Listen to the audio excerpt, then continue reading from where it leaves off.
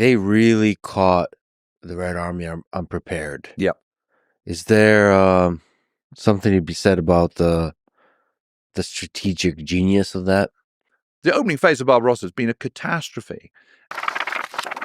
Welcome to Between the Lines. Let's dive in. Lex Fridman, conversation with James Holland, makes one thing very clear. The Battle of Stalingrad changed everything. Everyone calls Stalingrad the turning point of World War II. But here's the real question. Was Hitler ever truly doomed? Or could he have eventually won the war? Let's ask this question. I know it's an uncomfortable question, but did Churchill really save Europe? Or was it Stalin's ruthless play against Hitler? What really turned World War II? Was it a military strategy? Was it Hitler's leadership or failure of there? Was it the Russian endurance? Lex Fridman and historian James Holland argue that the Battle of Stalingrad was more than just a fight for a city. It was a clash of wills and reshaped the entire world. Let's break it down. Why this matters even today. Holland says ideology blinded Hitler while Stalin adapted. Does that mean in a twisted way that Stalin was more of an effective leader or just a brutal dictator?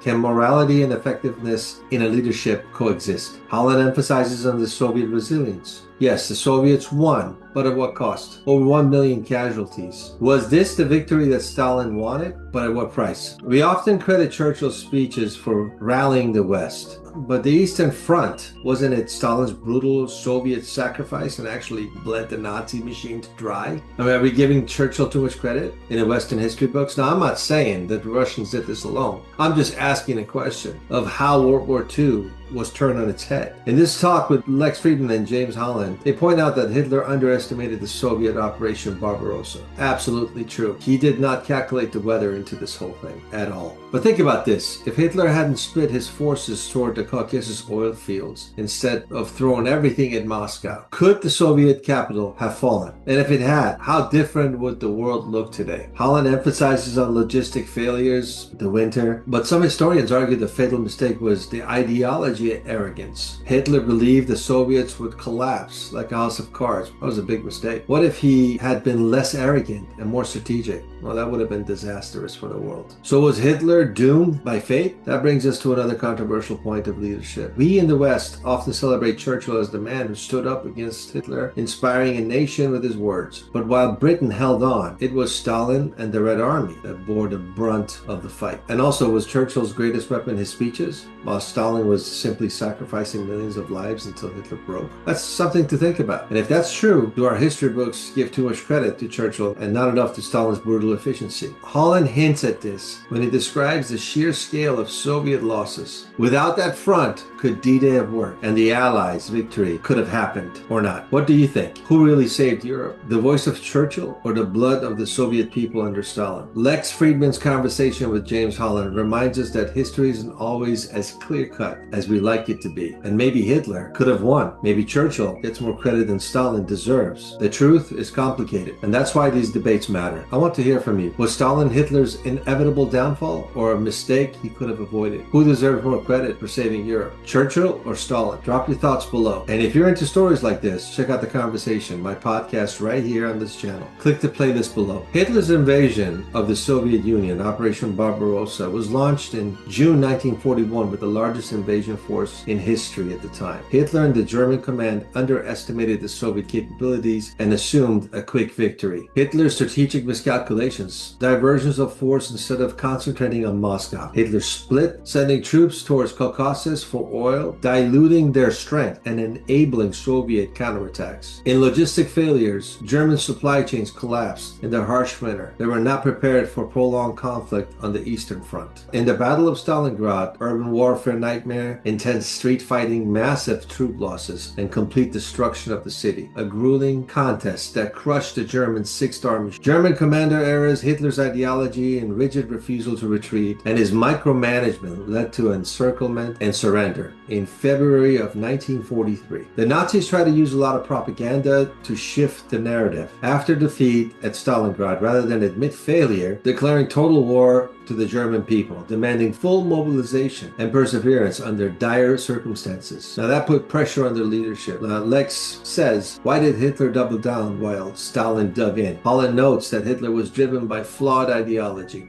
Okay. Stalin mobilized survival instincts and resources quite efficiently. The battle became more of a psychological warfare as much as a physical short form. I also believe that Hitler became ill, mentally ill, over the pressures of losing the war. I think he was a delusional man to start with. That's something that I think we can dive into a little bit more. That Hitler's mindset and his micromanagement is why he lost the war. Now, the idea of one country beating Germany is absurd, in my opinion. I think England was a pivotal power and source to bring the Americans into the game, and also the rest of the world uniting against Hitler. Stalin was only looking out for Russia. That's all he was doing. And he was barely hanging on and surviving. What really saved Stalin is the winter of that year. And Hitler's troubling mindset. That goes to show you that one man cannot rule a country by himself. And if he's got yes men all around him, all is about to fail.